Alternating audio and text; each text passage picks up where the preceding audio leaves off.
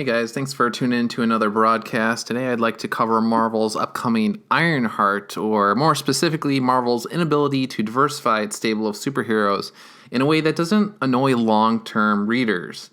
This fall, Tony Stark will be replaced, at least temporarily, by Riri Williams. Well, who is Riri Williams? That's part of the problem. We know next to nothing about the character after 11 issues of Invincible Iron Man. A glimpse of her showed up in issue 7, and then she appeared in a handful of other panels over the next couple of months. The only thing that fans have to go on is Bendis' assurance that she's going to be awesome, that she's probably smarter than Tony. I think that's an exact quote there. And I'm sure that'll win over fans. And that she'll be called Ironheart.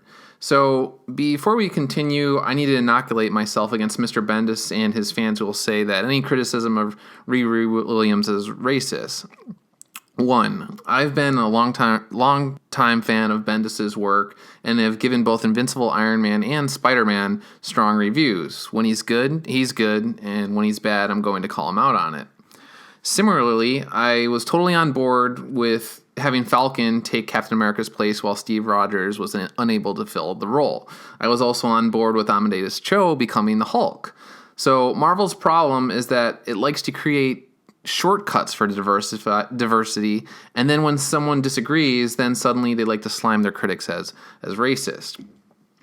Basically, what Marvel does is put some sort of metaphorical race gun to your head, and then if you disagree with them, they pull the trigger. So how does this tie into Riri Williams? Well, Michael Bendis had 2 Iron Man books with which to work on Tony Stark for over a year, and basically they went nowhere. I was excited for Invincible Iron Man when it first started off with the Madame Mask storyline, but then the whole thing kind of slowed down to a snail's pace, and then ultimately it kind of ended up just as a pitch for the Riri train. So 1, Bendis does nothing with Tony in over a year. 2, Civil War starts with James Rhodes, the logical choice to replace Iron Man, and he's killed. So Marvel had a black guy right there that it could have elevated in status, which would have fulfilled its diversity mandate or whatever you want to call it, while also placating older fans. Rhodey is well established and loved by everyone, like myself, who grew up with him as an important figure in Tony's life. 3, Rhodey apparently has a niece named Lila who worked on his War Machine armor, essentially Riri Williams before Riri Williams. If Rhodey had to die and Stark had to be replaced, then why not go with someone who is close to Rhodey? That is the logical choice, but again, Marvel and Bendis go with a completely unknown and then want longtime fans to jump aboard. So you'll notice a trend with Marvel over the years. It's as if the creators are constantly finding creative ways to be antagonistic towards older fans, and then when predictable anger ensues, they blame the readers. It's the most bizarre business model ever. So here you have a crystal clear case where 2 black characters could have easily jumped into Tony's armor, but instead Bendis goes with door number 3 that he knows will anger many fans. And when they do get angry, his response is to tell Time magazine that they sound like they're a bunch of racists. He couches it in a way where he's not technically calling them a racist, but that is exactly what people are supposed to extrapolate from the interview. He says, quote, "I don't think people even realize how racist they sound. I'm not saying if you criticize you're a racist, but if someone writes, why do we need Riri Williams? We already have Miles. That's a weird thing to say," he recently told Time.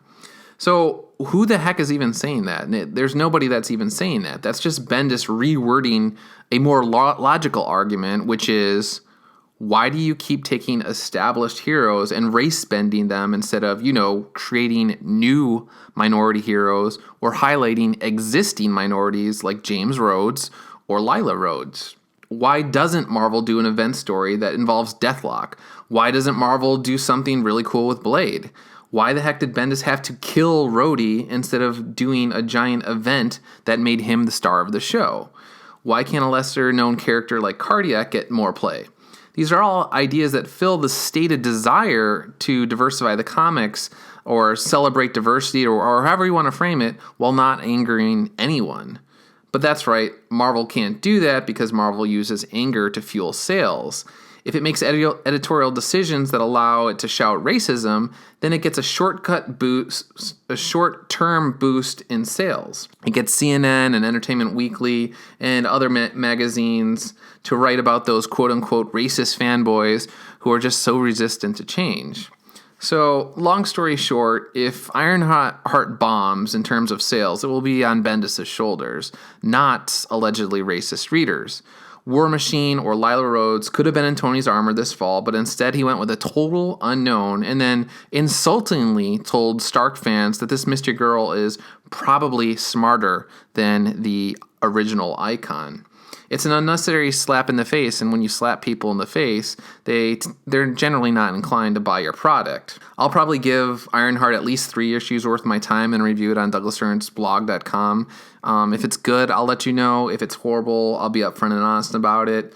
But, I mean, if others don't cough up their hard-earned money, then it's primarily because Marvel did a really bad job selling the book, besides telegraphing to the world, love it, or you're basically a bigot. So, sorry, Bendis, guilting readers into buying your work is a really bad idea. Anyway, that's my 2 cents, but I'd really like to hear yours. Let me know what you think in the comment section below, and make sure to check out Douglas Ernst's blog at douglasearnsblog.com. Thanks again. See you next time.